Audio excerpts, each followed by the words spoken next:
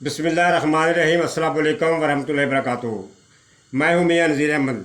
नाज़रीन, मैं अपनी ज़ाती मसरूफियात की वजह से अपने नाज़रीन से हम कलाम नहीं हो सका। आज मैंने अपने नाज़रीन से दो तीन मौजू पे बात करनी है। सबसे पहले तो हमने ये देखना है कि हमारे मुल्क के अंदर जब किसी को बिला बाज़ा गद्दार कह दिया जाता है, क्या वो वाकई गद्दार होता है? फिर मैं सबसे पहले अपनी अदलिया को सलाम पेश करता हूँ कि जो हमारी अदलिया जो है हमें जब इंसाफ फराहम करती है तो हमें बहुत खुशी होती है, क्योंकि हमारी अदलिया की ये जवाबदारी है। जो आला अदलिया होती है उसकी ये जवाबदारी है। जो बड़े लोग होते हैं उनके बड़े काम होते हैं, वो हमारी जो बड़ी अदालतें हैं उनके बड़े काम होने चाहिए। जैसे जैसे यानी कि हमारी अदलिया हमें इंसाफ फराहम करती है तो हम अपनी अदलिया का एहतराम भी करते हैं और उसको सलाम भी पेश करते हैं। जैसे कि चौधरी फवाद साहब के ऊपर ये कौन सी दफ़ा लगा दी कि मुझे तो समझ नहीं आती। क्या चौधरी फवाद साहब ने किसी रियासत के खिलाफ कोई ऐलान जंग किया था? क्या ये हमारा जो अदारा है, जो इलेक्शन कमीशन का अदारा, ये अपने आप को क्या रियासत समझता है? क्या ये रियासत है? ये कि क्या ये कोई सूबा है?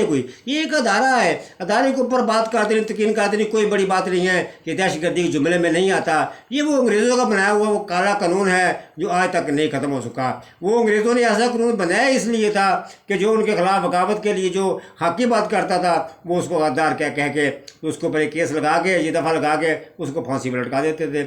मैं जैसे हमारा जी 73 का आयन है, कहा जाता है ना ना जी 73 के आयन को मत छेड़ना, इसको हाथ लगाओ तुम्हारे हाथ काट दिए जाएंगे। मैं ये पूछता हूँ कि हमें 73 के आयन ने आज तक हमें क्या दिया है? कहाँ पर हमें इंसाफ दिया है? हमारे 73 के आयन ने अगर हमें इंसाफ अगर कहीं मिला भी है तो हमें बड़े धक्के खा फू के हमें बड़ी कोशिशों से हमें कहीं इंसाफ मिलता रहा है। क्या हम नहीं ये कहते? क्या अभी ये दो इताई से हुकूमतें बनाने के लोग आते रहे? क्या किसी के अंदर ये ख्याल नहीं आया कि इस काले कानून को ख़त्म कर दिया जाए, जिसको हम 124A कहते हैं, यानी कि 224A जो कानून दफ़ा लगाई जाती है वो बिला वजह लगाई जाती है। हालांकि एक दफ़ा नहीं, बहुत दफ़ा ऐसे हो चुका है। इस कानून का जो है वजूद नहीं होना चाहिए, इसको ख़त्म कर देना चाहिए। फिर हम ये देखते रहे हैं, एक दफ़ा नहीं बहुत दफ़ा हुआ है। अमेरिका के अंदर जब भी कोई नया सदर आता था तो खुसूसी तौर पर पाकिस्तान के हलकों में ये बात जोर पकड़ती थी कि आज नया सदर आया है तो हो सकता है कि वो अपनी खारजा पॉलिसी बदली कर दे। बहरहाल अमेरिका के अंदर स्याह आए या गोरा आए या काला आए, कोई भी सदर आए या कोई भी सदर आता है, उन्होंने अपनी खारजा पॉलिसी को कभी भी उन्होंने बदली नहीं किया।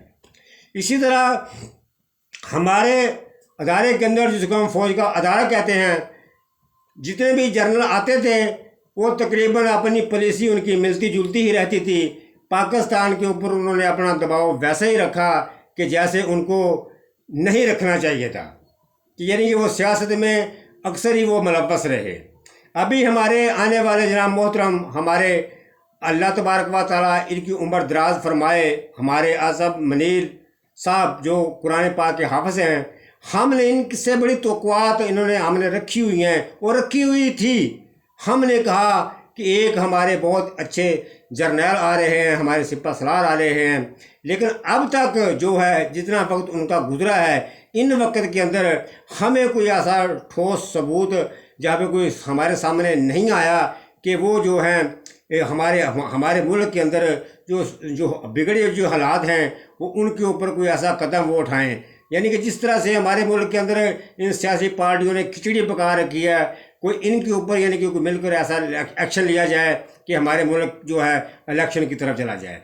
बहरहाल जैसे मैंने कहा कि पॉलिसियाँ वही रहती हैं, बहरहाल पॉलिसियाँ नहीं बदलती। इसी तरह एक वो दौर था कि जब लोगों को ये नहीं पता होता था कि हमारा खुदा कौन है, हमने किसकी पूजा किसकी इबादत करनी है। अगर कोई चांद को देखता था वो तो चांद की इबादत करनी शुरू कर देता था। जब चांद गायब हो जाता था, सुबह सूरज निकलता था तो सूरज की वो इबादत करनी शुरू कर देता था, क्योंकि उनको ये होता था कि शायद ये आने वाला ताकतवर है, वो तो चला गया, ये ताकतवर है, ये होगा खुदा। बहरहाल उनको अपने इसी चीज़ में रहते थे کہ شاید ہمارے لیے یہ مسیح ہوگا۔ اسی طرح ہم لوگ بھی یہ سمجھتے رہے کہ یہ آنے والا شاید ہمارے لیے مسیح ہو، شاید یہ کچھ بہتری کرنے والا ہو، شاید یہ کچھ بہتری کرنے والا ہو، لیکن ایسے کر کر کے ہم نے اپنی زندگی کے 75 سال جو ہے ہم نے وہ ضائع کر دیے ہیں۔ ہم وہیں کے وہیں کھڑے ہیں۔ اگر پھر دیکھا جائے ہم بہت پیچھے چلے گئے ہیں۔ ہمارے پڑوس میں لوگ آزاد ہونے والے وہ آسمان پہ اڈار کر رہے ہیں، ہم زمین کے اندر گھسے پڑے ہوئے ہیں۔ اس کی وجہ کیا ہے؟ ایسا کیوں ہے؟ کیا ہم آزاد نہیں ہیں؟ کیا اب ہمارے ادارے کیا ہمیں آزادی سے کام نہیں کرنے دیتے؟ کیا ہمارے جو سیاستدان ہیں یہ یہاں پہ صرف اپنے بنگلے اور محل بنانے کے لیے آئے ہیں؟ ایسا کیوں کرتے ہیں؟ ہمارے ملک کو انہوں نے لوٹ کر کھا لیا ہے، لیکن پھر بھی یہ پاکستان کی جان چھوڑنے کے لیے تیار نہیں ہے۔ ابھی وہ ہماری محترمہ آئی ہے، مجھے تو سمجھ نہیں آتی۔ میں اللہ کی قسم اٹھا کر کہتا ہوں ان کی جگہ کے اوپر میرے جیسا آدمی ہوتا تو وہ غیرت سے مر جاتا، لیکن ان کے اندر غیرت کا ایک رتی بھی ان کے اندر نہیں ہے۔ کس طرح سے آگے بڑے کر کے وہ اپنے آپ کو بڑھ کے مار کو جیل سے جلوس کر کے دکھا رہی ہے؟ کون سا کشمیر فتح کر کے آئی ہے؟ تو وہ پاکستانی عوام کا پیسہ چہرے پر لگا کر آ رہی ہے۔ تمہیں تو شرم سے باہر ہی نہیں نکلنا چاہیے۔ میں بس زیادہ بات ہے، میرا دل روتا ہے۔ میں جب ایسی باتیں کرتا ہوں تو مجھے غصہ آتا ہے، میرا دل روتا ہے۔ یہ کہاں کے لوگ ہیں؟ یہ کہاں یہ پلے ہیں؟ یہ کہاں پہ یہ لوگ رہتے ہیں؟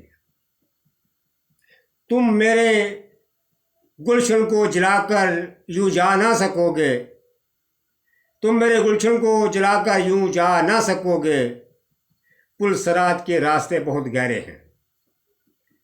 کہاں تک بھاگو گے؟ یہاں نہیں تو وہاں تو دینا پڑے گا، بھاگ نہیں سکتے۔ لوگوں سمجھ آؤ، اپنے ملک کا خیال کرو۔ میرے دوستو، ہم نے اپنی نسلوں کو اچھا قانون تو اچھا عین دینا ہے، اچھا پاکستان دینا ہے۔ یہ ملک ہمارے سے پھر قربانیاں مانگ رہا ہے، جیسے 1947 میں ہمارے بزرگ قربانیاں دے کر آئے، تو یہ قربانیاں ہم سے مانگ رہا ہے اور ہم دینے کے لیے تیار ہیں۔ پھر میں ایک آخری جملہ اپنے پروگرام کے آخر میں بول رہا ہوں۔ میں پہلے بھی 1-2 پروگراموں میں کہہ چکا ہوں کہ خدا را کھاں کو ہاتھ نہ لگانا، کھاں کو ہاتھ نہ لگانا، نہ ہاتھ لگانا کھاں کو۔ پھر نہ کہنا کہ خبر نہیں ہوئی۔ السلام علیکم ورحمۃ اللہ وبرکاتہ۔